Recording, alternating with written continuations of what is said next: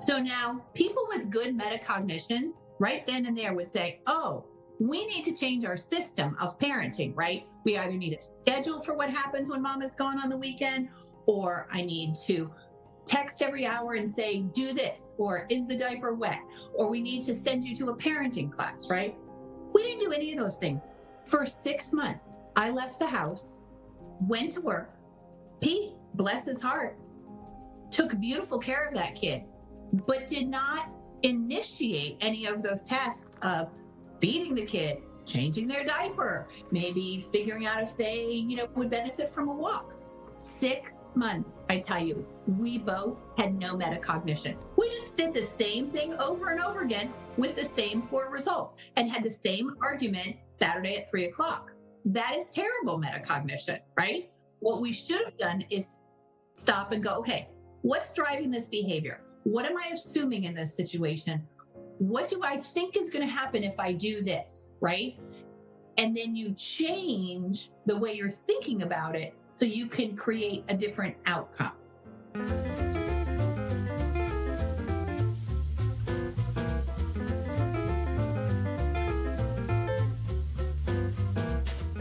Hello, everybody, and welcome to Taking Control, the ADHD podcast on Truth Story FM. I'm Pete Wright, and right over there is Nikki Kinzer. Hello, everyone. Hello, Pete Wright. Hi, Nikki. Hi. How are you? I'm doing great. How are you? I'm good. I'm good. It's like every day is another countdown to massive change in our lives around here, and I'm feeling the anxiety about it. About the, kid going off to college and change in the house. It's starting to be a little unnerving. Has she gone already? No. Oh, it's coming. Okay. Ugh. God. And you know what? That daddy-daughter thing, it's no joke. I can imagine.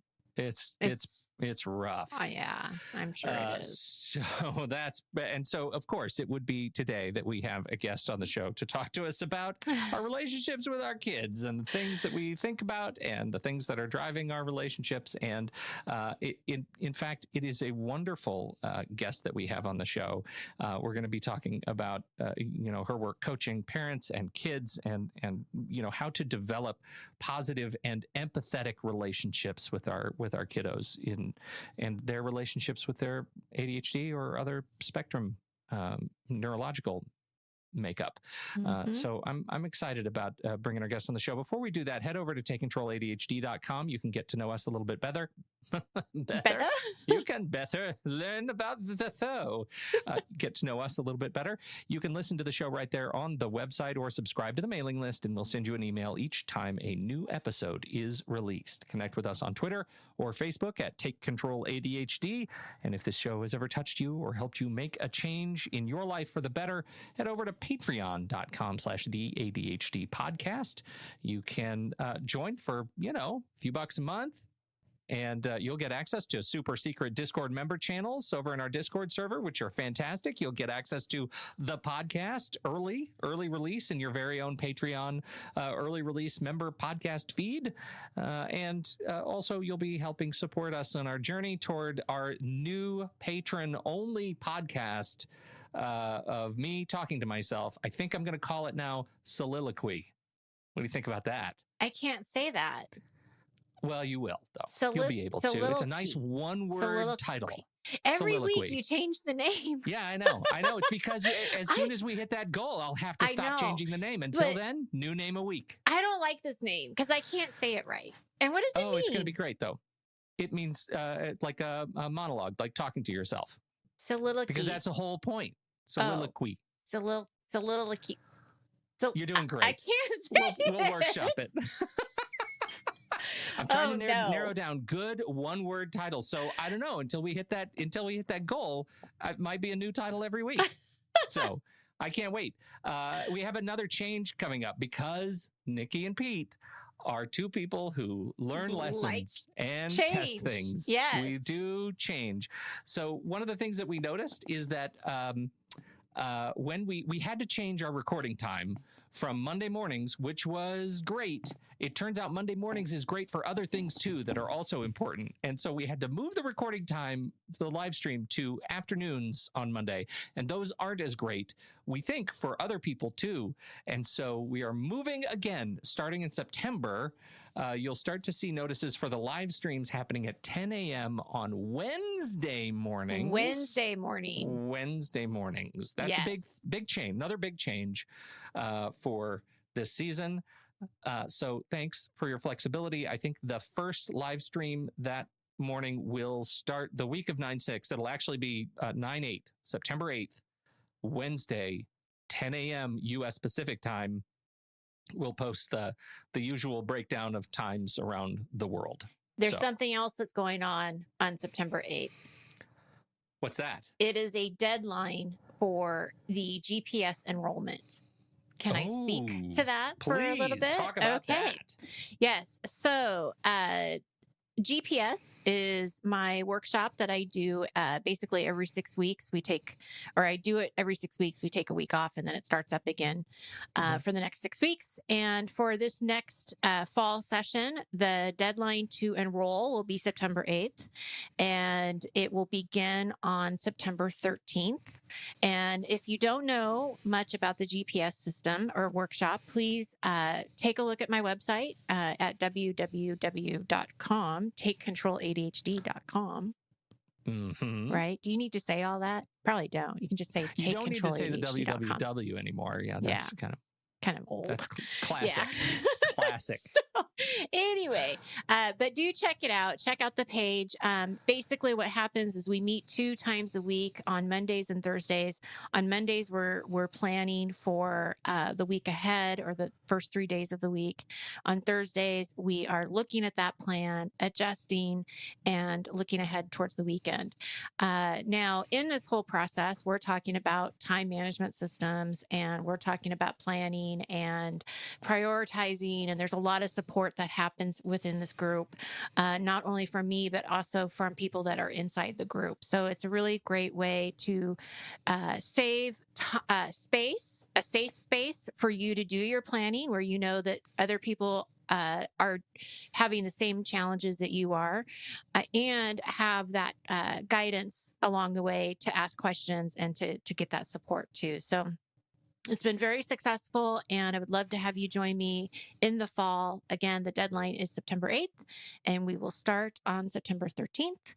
One more thing I just want to remind people, because I don't talk about this enough, is study hall. We have study hall every afternoon on Thursdays, and it is from 1 to 5 p.m. Pacific, 4 to 8 Eastern, and it's 4 hours of you, me, and whoever wants to join us on Zoom as body doubles. And you can come and join us anytime in between those 4 hours. I run the Pomodoro method. So if you want to follow the 25 minutes of working with the 5 minutes break or 5-minute break, you are welcome to do that. So please check all of those things out on my website. And it's a member benefit too. If you become a supporting patron member, you already get to join and be a part of that any Thursday you want. That's right.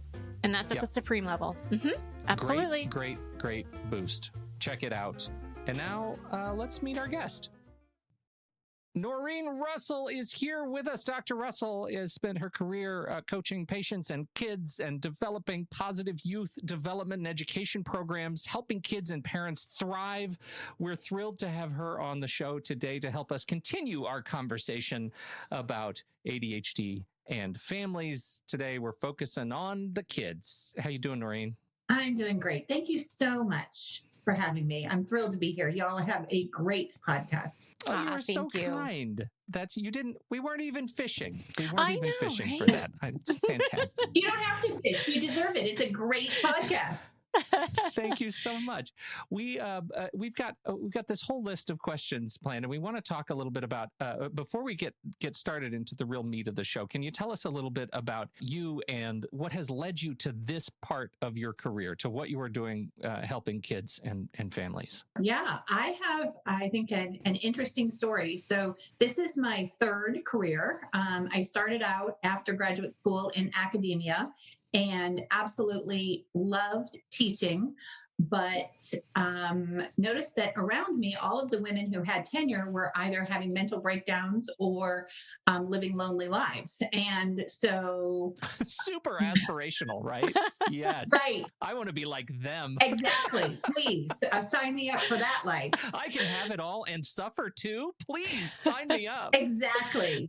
So while I was in that stage, I did my research as assistant professor was applied research, taking a look at outcomes of support groups for girls. And so when I decided that I really wanted more to life than a tomato garden and, the cats, I ended up moving to New York and moved into nonprofit work full time, which was stage 2 of my career, and really working in youth development and youth leadership and understanding gender and education and taking a look at how education affects girls, how it affects boys, and how we can help kids of all ages and both genders thrive. And then I had my son, and he's super complicated. And I retired from full-time CEO at the nonprofit that I had been leading for several years, and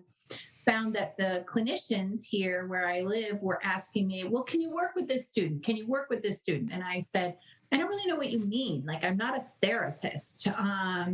And turns out that there is just a huge need, and this was 12 years ago, for coaching.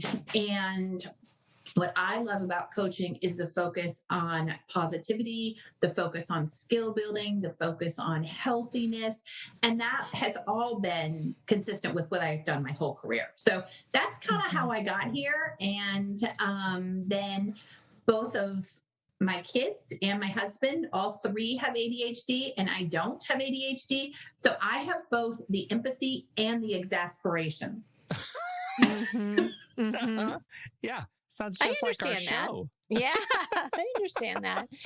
So one of my questions is, you said all ages, and that was what I was really curious about, because I coach with college students, but I only do adults and college students, and so I was curious to know the range. So you'll work with like kindergartners up, or like what does that look like?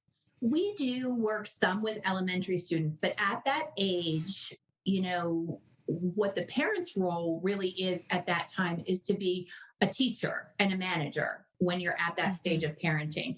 And so we would split our coaching time there 50-50 between teaching the student some skills and the parent some skills. Then when we move into middle school and the parent's job really becomes more of a coach, that's when the focus shifts to primarily working with the student. And what I love about getting them at middle school is this is the time, right? This is the time to learn these skills, to practice these skills. This is the time to mess up, right?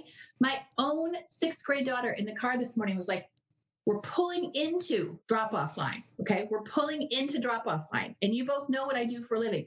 She's like, oh, shoot, I had homework this weekend. Of course you did. Yeah, that sounds about right. So I love getting them at middle school because that is where we have space and time to practice without huge consequences.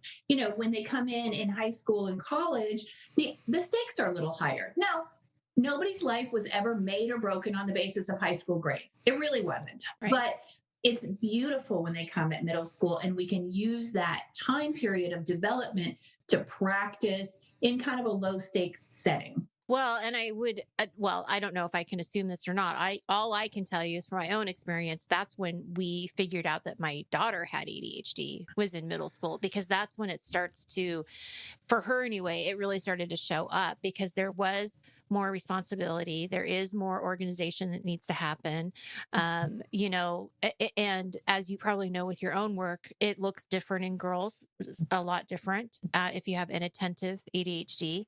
And it was a really interesting process to go through that. And it feels like middle school, I can see where that can come up, with all of the different aspects that are different than elementary school, Absolutely, 100%. I think what we see, all of us, is the executive functioning demands increase in middle school. And so Yes. all of a sudden the game changes.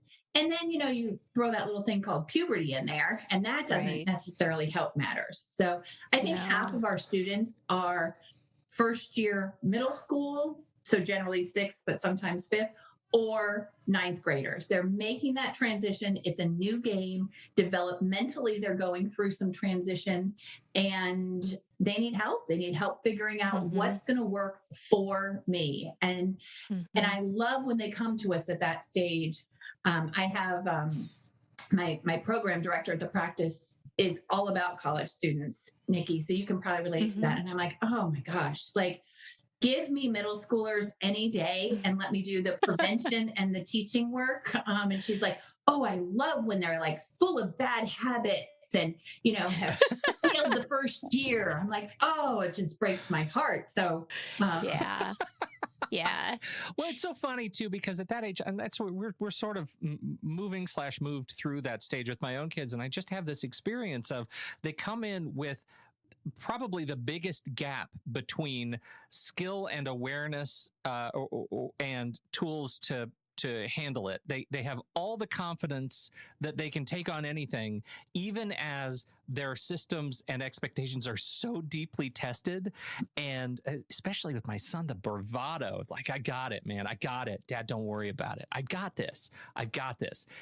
And yet evidence indicates you don't got this, right? You aren't showing me. And so, I feel like as we're going back to school, this is a great time for this conversation. And particularly as we're getting started talking today, we started thinking about the things that we were going to be talking about. And you shared a particular perspective that just really hit home for both me and Nikki, I think, about this idea of empathy and connection. Can you talk a little bit about what's on your mind?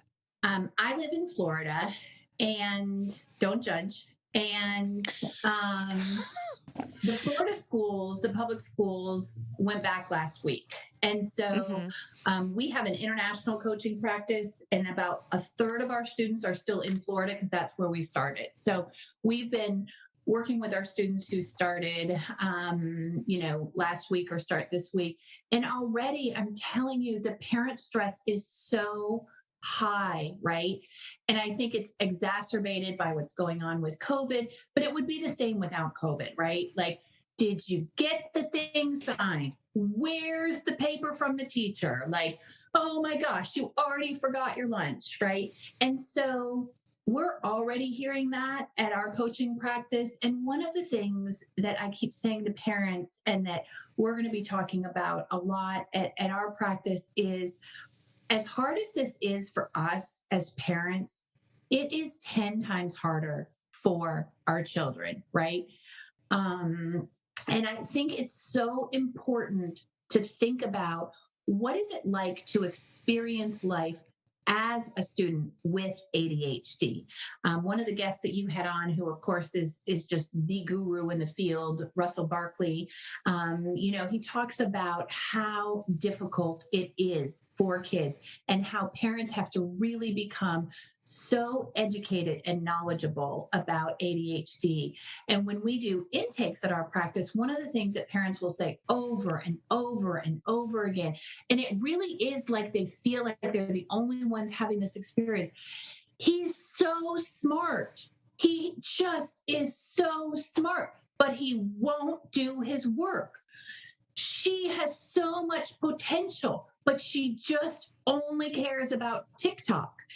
And I gently, and I end up over and over again saying it in the intake, try to understand that what you're saying is you see symptoms of your child's neurodevelopmental disorder, right? Those aren't behaviors, they're symptoms. And so how do we get inside the ADHD brain and have some empathy for how normal some of this stuff is? And I think Once you make that shift, whether, it's through reading something by Russell Barkley, whether it's through talking to your own child's therapist or medical professional, once you can get inside the ADHD brain, all of a sudden the empathy, I think, rises up. But until we get to that point, our ADHD kid can be such a source of frustration and so angering, really. And to me, I think that's one of the biggest benefits of having an outside professional is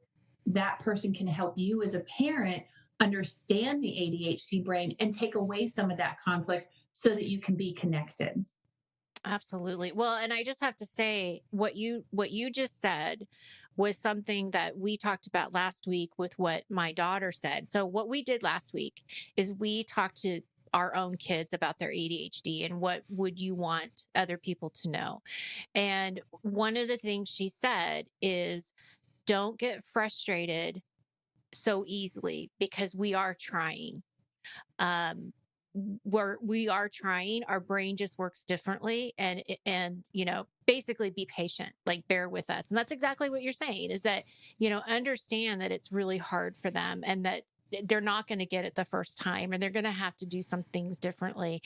What I'm really curious about with coaching is how do you talk, like, are the parents with you in the coaching session? No. No.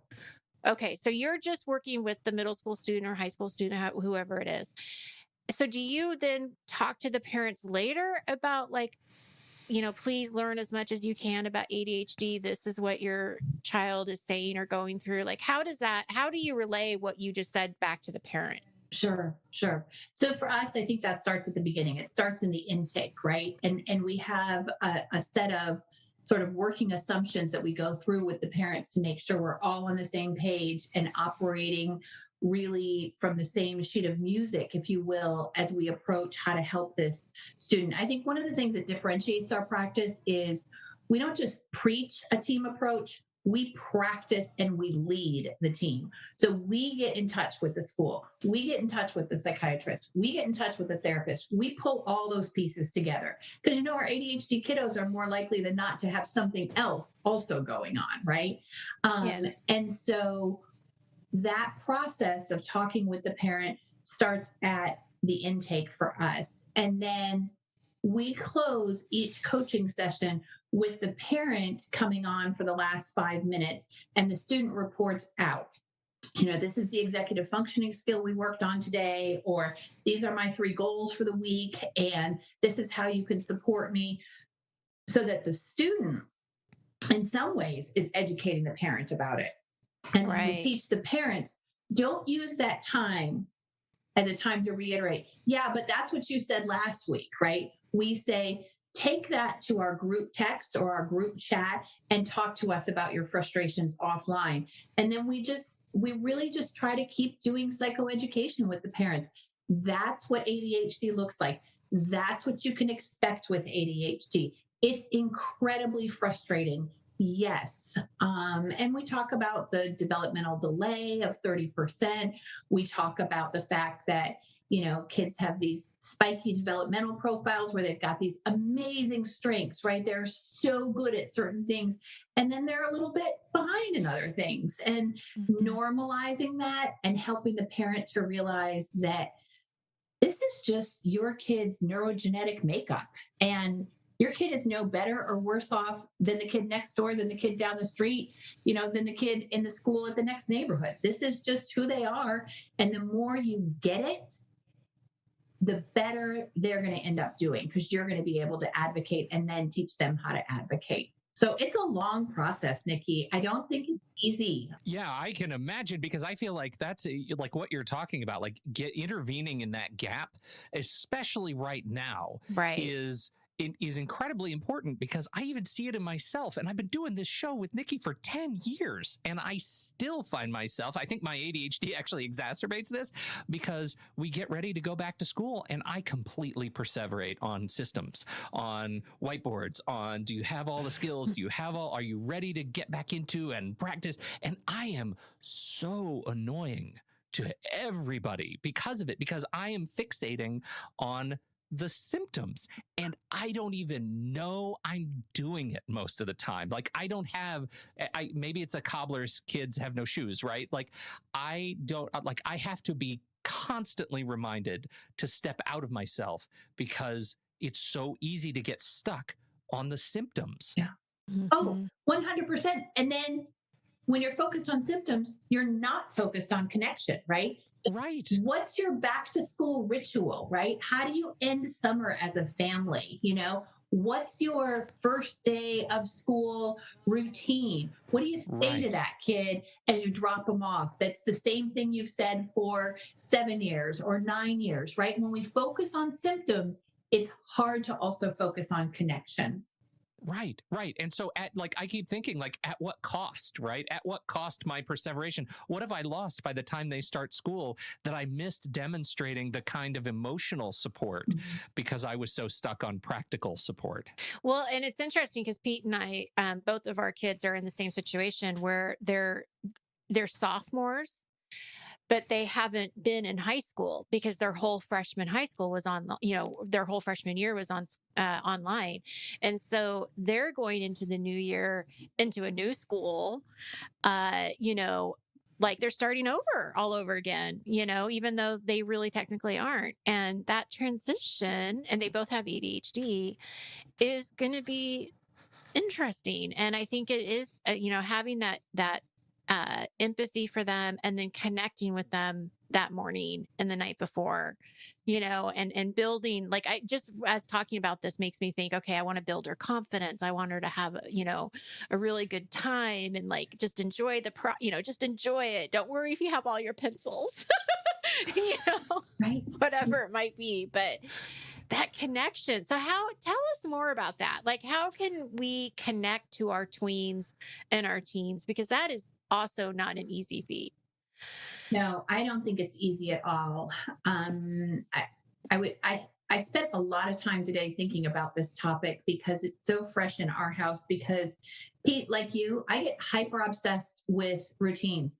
I made this poor family of mine sit down the Sunday before they went back to school at our breakfast table for 3 hours and write out what happens every day after school, because nobody was going to miss anything on my watch, right? I mean, it was You are the lighthouse keeper, right? You watch the waterfront. I wasn't the least bit concerned about how do you feel about going into middle school? Like, which friend are you looking forward to seeing?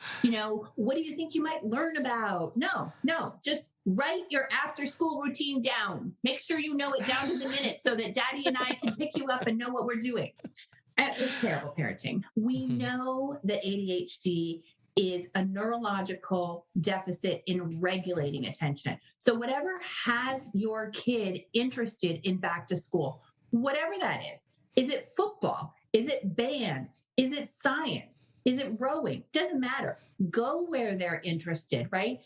Go where the attention is at that moment. Don't try necessarily to put them into a box of, well, what teacher do you think you'll like the most? Or which friends are you likely to see? Ask them and be open to where is their attention at that moment. The other thing that I think is so important about both parenting and working with kids with ADHD is matching your speed to their speed. So I find myself being a little bit of a chameleon when I'm working with students. If I've got, kids who are hyperactive and they're fast processors and, their brain is going a million miles a minute, I really ramp up my drama, right? I'll sit up straighter. I'll get bigger into the camera. I'll use a lot more hand gestures. I'll do a lot more inflections with my voice. I'll go faster, you pick up the pace. And then I'm also the one at the practice who I tend to take on the kids who have super slow processing and are just incredibly inattentive. You both are probably too young, but when I was little, there was a record player of my parents where you could turn the speed down. I think we do the same thing on videos now, right? Like it can go at half speed. I'm like the half speed queen. And so all of my kiddos who are spacey, inattention, ADHD kids, I'm like, okay, so we're going to take a few minutes and we're going to talk through our usual questions. And you probably remember what they are. But I think that kind of matching is empathy and connection building, right? So, whatever is the speed of your inattentive kid, try to match that. We're adults, we can be flexible, we've got lots of skill sets to pull on. And I think that's really important is don't expect your child to always adjust to you. Yes, there's lots of times when kids have to adjust to adults and adult rules, but when it comes to the connection piece, go there, be with them, be in the space that they're at. Mm-hmm. I think a lot about that in terms of helping the kids make decisions too, because it's not, it is both an expression of how fast are they thinking or processing, right? How many cycles they're able to process at any given time. And some kids are very, very fast, and some kids take a little more time just because they think slower fast. And I've been trying so hard in my own life to think more slowly because I think better when I think more slowly. But there is also this sort of meter that I feel like I have to fill with my kids in order to get to the point where they're able to execute on a new practice or a new decision or some choice they have to make. And until they get to that point, I'm not going to be able to get action. For example, like I know my daughter, she'll be able to think through a question and get to about sort of 50% of where I would need to get, and she'll be ready to pull the plug, like do whatever she needs to do, whether it's go out and learn to drive or go out and, apply to college. Like all those decisions were made roughly at 50% information load. My son needs closer to 80, 90% before he's comfortable executing a new thing, like whatever that new thing is.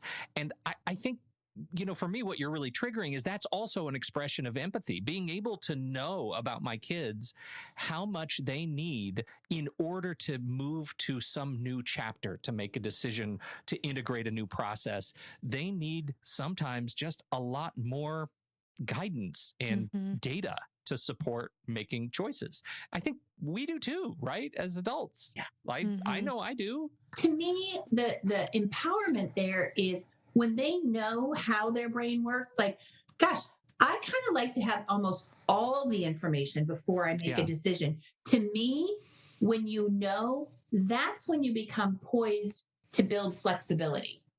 Mm-hmm. When you don't know what your preference is, when you don't know how your brain works, it's really hard to use that metacognition to say, oh, I could do this differently, or I could practice doing this differently. And so to me, it's not that we're setting some expectation that, oh, well, for your son, we're just not going to expect him to do anything until he has 90% of the information. And then, what's he going to do for a job? Because he needs to have 90% of the information all the time. That's not it at all. That's not it at all. It's building the metacognition of this is how my brain likes to work. This is how my brain prefers to work. This is how I'm wired. And these are the skills that I need to learn so that I've got a well-rounded brain. Totally. Metacognition. I'm curious if you wouldn't mind talking to our audience about what it is, because I don't think everybody does understand it. Sure. Yeah. So metacognition is a cognitive skill that generally is not well developed until the mid-20s. And it is really the ability to think about how you're thinking and become a better thinker. And it's really the process of reflecting on, okay, how did I use my brain in this situation? Did that work? What was the outcome? And what do I need to do differently? So I'll tell you my best example of having poor metacognition. My husband and I, our firstborn was our son. And I had started the coaching practice by that time. And so I would see students on the weekend. So I'd leave and he would be the parent on duty, is what we call it at my house. And I would come home several hours later and I would say, well, did you feed the baby? Did you change the baby? All these, normal questions. Well, no, you didn't tell me to feed the baby. You didn't tell me that the baby needed, to be changed every 2 hours. So now people with good metacognition right then and there would say, oh, we need to change our system of parenting, right? We either need a schedule for what happens when mom is gone on the weekend, or I need to text every hour and say, do this, or is the diaper wet? Or we need to send you to a parenting class, right? We didn't do any of those things. For 6 months, I left the house, went to work. Pete, bless his heart, took beautiful care of that kid, but did not initiate any of those tasks of feeding the kid, changing their diaper, maybe figuring out if they, would benefit from a walk. 6 months, I tell you, we both had no metacognition. We just did the same thing over and over again with the same poor results and had the same argument Saturday at 3:00. That is terrible metacognition, right? What we should have done is stop and go, okay, what's driving this behavior? What am I assuming in this situation? What do I think is going to happen if I do this, right? Mm-hmm. And then you change the way you're thinking about it so you can create a different outcome. Beautifully explained. And one of the things that I'll add to that when you're learning as a student, when you're studying, I'll tell people that, because they'll say, I write the notes. I read the chapter, but I don't remember anything, or I don't remember my notes. Like, just reading it isn't enough.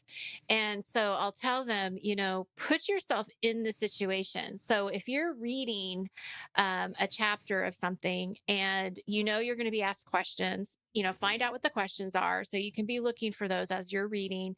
But especially like a history, you can easily do this. Put yourself in the situation. What would you have done if this was you, or you lived in this time period, or whatever? And trying to get them to really think about what they're learning and put it in some kind of how they're connected to it in some way, will help with the retention. And so it is interesting, because not only just, are you doing the same thing and getting the same results, but it's also really digging deeper in what you're learning too, and looking at it in a different way, not just reading it, but really thinking about what you're reading.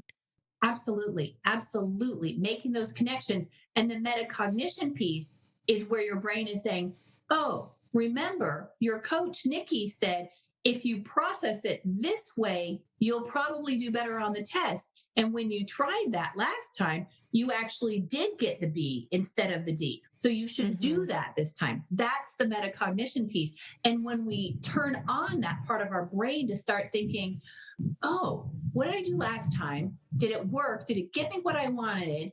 What would be some other options?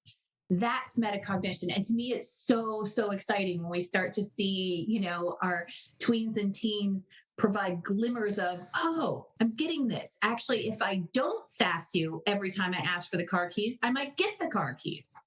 That's right. Oh, are you here right now? I know you said you're in Florida. I think this is so important, because everything I'm hearing is, again, like an effort not to address a symptom. That the whole idea of metacognition, thinking about how we process, is a step back so that we don't just, again, back to me, perseverate on the practicals, perseverate on what we see, right, rather than why and how and what it means to us to exist in that space. Right. So I have a question about connection, though, because I'm going to go back to the teen connection and tween, because it starts there. So as they become teenagers, they become more dependent on what their friends think and what their friends are doing, and a lot less on what mom and dad think. Now, I'm curious for all of those parents out there, and myself, who have had the door not slammed, but certainly shut when I want to talk about their day or how they're doing, or I can tell something's wrong. I'm fine. How do you continue that connection when they're not opening up? Right. Right. So one of the things that I think is such a great strategy is a strategy called stay listen, and really doesn't always involve talking. Go find your teen, if they'll open the door, and hang out in their space. Go lay on the bed while they're doing their homework. Sit at the dining room table if that's where you ask them to do homework. Don't talk, right? Just stay there and listen. I sometimes tell parents, think of yourself as the puppy. right? Just be around, you know, be cute, be lovable. Don't ask questions. Questions seem like demands. We all know that, right? And especially in that time, maybe where they're getting home from school or they're stressed out about homework or the meds are wearing off or they're getting hangry. I think the whole idea of stay, listen, and just being around deepens that connection where then when they are explosive or they want to shut themselves off, they can draw on some of that ability to be quiet together, to be connected together without always having to verbalize it, right? Like, hey, can I come and lay down with you while you go to bed? I've had a long day. Or, hey, can I come sit in the chair in your bedroom while you work on things? I've got some work emails I want to respond to. But just being in the same space without everything having to be verbal. I think the other thing, and I think parents have done a really good job of adapting to technology with this, is using their text. How do you use text to connect? We all know, right, that they might not text us back, but it's a great time to use humor. It's a great time for funny videos, so capitalize on the fact that they live and breathe with their phones. And then I think, to me, the other piece of this with our ADHD sons and daughters is I think it's so important to be their biggest champion and cheerleader, right? We all know that they're going to be delayed in some areas. So find the places where they do have some kind of superpower. So for my son, math is hard for him, doesn't have a math brain. I don't know if it's related to the ADHD. It certainly has gotten worse with puberty and ADHD. And he beats himself up a lot about it. And I say, you know what? Here's the thing, buddy. Your life is not going to be dictated by your ability to do math. What your life is going to be dictated by are the things that you are already amazingly good at. And that is love and kindness for people and helping others. And so, yeah, we're going to get through math and you're not going to win any math awards, but you know what? You are going to be someone who changes the world because of the way you care about other people and because of your leadership skills. And I think, wow, that makes me feel so good. I know, right? I love that. I'm not a believer in ADHD as a superpower. I don't think ADHD is a superpower, but I think people with ADHD have strengths and gifts and talents, just like the kid next door who, maybe wears glasses, just like the kid down the block who has diabetes. We're human beings. We're whole, full human beings, right? And so being conscious of what are your children's skills, what does your teenager do well, and remarking on that, and not in like a good boy, good girl way, but in a respect. Ethan, I have so much respect for the way that every night when I come home, you run out to the car to see what can you carry in for me. I'll say to him, there's no other 13-year-old who's coming out to the car to help his mom carry in her laptop bag.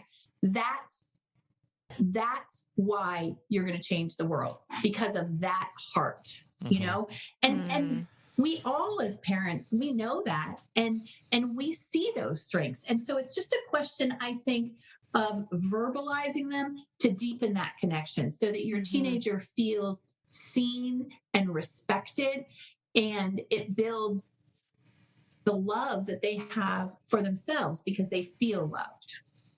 I love your second tip about using the texting. I never thought of that, but that's such a great idea to like send him a video sometime, or, just a little note or something like that. I absolutely love that.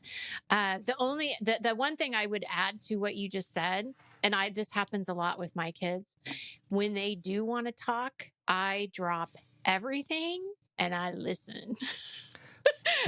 Those might be fleeting moments. So take advantage. Yeah, but especially with my son, if he sits down on that stool or he comes into my room and sits on that corner chair, I know he wants to talk. I'm listening. Sure. And Nikki, I think that verb, we cannot write that large enough. Listen, close your mouth and listen. Ask questions, nod, use your nonverbals. Mm-hmm. Wow, I don't know what I would have done in that situation. I think I could have been overwhelmed with some feelings at that time. Tell me what happened next, right? Don't So start what you're talking. saying, yes, what you're saying is don't try to fix it either, Yeah. right? Like you're saying, ask the questions and don't try to fix it, because that's such a good reminder. Because yes, I mean, immediately that's what we want to do is make our children's problems go away, make it feel better somehow. But I love that. So just ask questions. My quiet. husband, I think, I don't know if this is ADHD. It feels a little ADHD in the moment. He wants to then tell the kids the story about how that happened to him. Oh, right. Yeah. Yeah. That's just dad. Like, I know that. Right. Save that for cocktail. It could be like a man thing. I don't know what it is. Yeah. But No, I don't want to be too gendered on this show very often, but you just hit me in the sweet spot. Like, that's just a dad thing. I'm called out for that all the time. When I was a boy, I mean, I'm as tropey as they come. So yeah. No, I know. And it certainly, we don't want to make any gender generalizations, but go take your stories to cocktail hour or to the water cooler. Mm-hmm. But when your teenager is talking, be quiet. Did you guys see the story this weekend on CBS? Do you watch CBS Sunday Morning ever? Do you ever see this? Occasionally. Occasionally. Okay. So they did a story on CBS Sunday Morning. I'll post it in the show notes. And it was all about the premise of it was this sort of affluent high school kids in affluent areas that are just straight up destroying themselves with academic pressure and performance pressure and get into college pressure. And, the whole premise of the show, they do poke at there's a dad saying, I know what you're thinking, well-off family, wah, wah, wah. Oh, you have it so hard because you have a lot of money. But that really wasn't the issue. The issue was that these kids are putting in so much pressure on one another. It all stems from this sort of performative, competitive pressure on one another that is not driven exclusively by their parents. And it's driven by their peer groups, and they're in tears, and their suicide rates are going up, and they're killing themselves over this sort of pressure, this kind of, and I'm listening to the story and I'm thinking, I feel like we tried not to do that. And I've always approached academics the same way you're talking to your son. Like I've used it like language. Like I studied a lot of French, but I'm not anywhere near fluent. And I was still able to go over there and live there for a time. And I was able to order in restaurants and nobody threw rocks at me for being non-fluent. I could get by. You can make that same conversation with just about everything that you don't necessarily love, that you have to learn how to do enough to get by and excel at the things you really love. And so I feel like this is not just a lesson for kids. It's a lesson for all of us that we're inside, we're killing ourselves to perform. We just don't have to. This is a good wrapping up point. That's what I love about coaching, right? So coaching is strengths-based and builds skills. So instead of saying you are the sum total of all of your scores in this, or let's figure out where you don't measure up yet, right? Let's come back to what are your strengths? How can you use those strengths? How can you leverage those strengths? Our coaches in the backward planning notebook that we use keep a list of what are the students' strengths and what are their executive functioning strengths specifically, but also what are their personality strengths? What are their value strengths? So that we can constantly be saying, you already have this, right? You are great in this way. You are enough. Mm-hmm. You're not a 2, 3, 4, or 5 on an AP exam, right? You're really not. And that I think is maybe the most important message for our kids with ADHD, because they get so much negative feedback. And so to say, you are enough, and this is what I love about you, and this is what makes you amazing, and this is your gift to the world. Love it. Thank you so much for being here. Absolutely. Thank you so much, Norrine. Where do you want people to learn more about you? Sure. I would love for people to learn more about us. We are on the web at www.russellcoaching. Russell has two S's and two L's. So russellcoaching.com. You can find us on Facebook at Russell Coaching and Consulting. And you can call our office at 212-716-1161. And for your listeners, we are going to offer 20% off the first 3 months of coaching. If we are a good fit for their student and they'd like for us to work with them, your listeners can receive 20% off their first 3 months of coaching fees. Oh, what that's a generous offer. very Thank generous. you so much. Yes. That's great. Thank you so much. We really appreciate that. And we appreciate all of you for downloading and listening to this show. We appreciate your time and your attention. Don't forget, if you have something to contribute about this conversation, we're heading over to the Show Talk channel in the Discord server, and you can join us right there by becoming a supporting member at the deluxe level. On behalf of Nikki Kinzer and Dr. Norrine Russell, I'm Pete Wright, and we'll see you right back here next week on Taking Control, the ADHD podcast.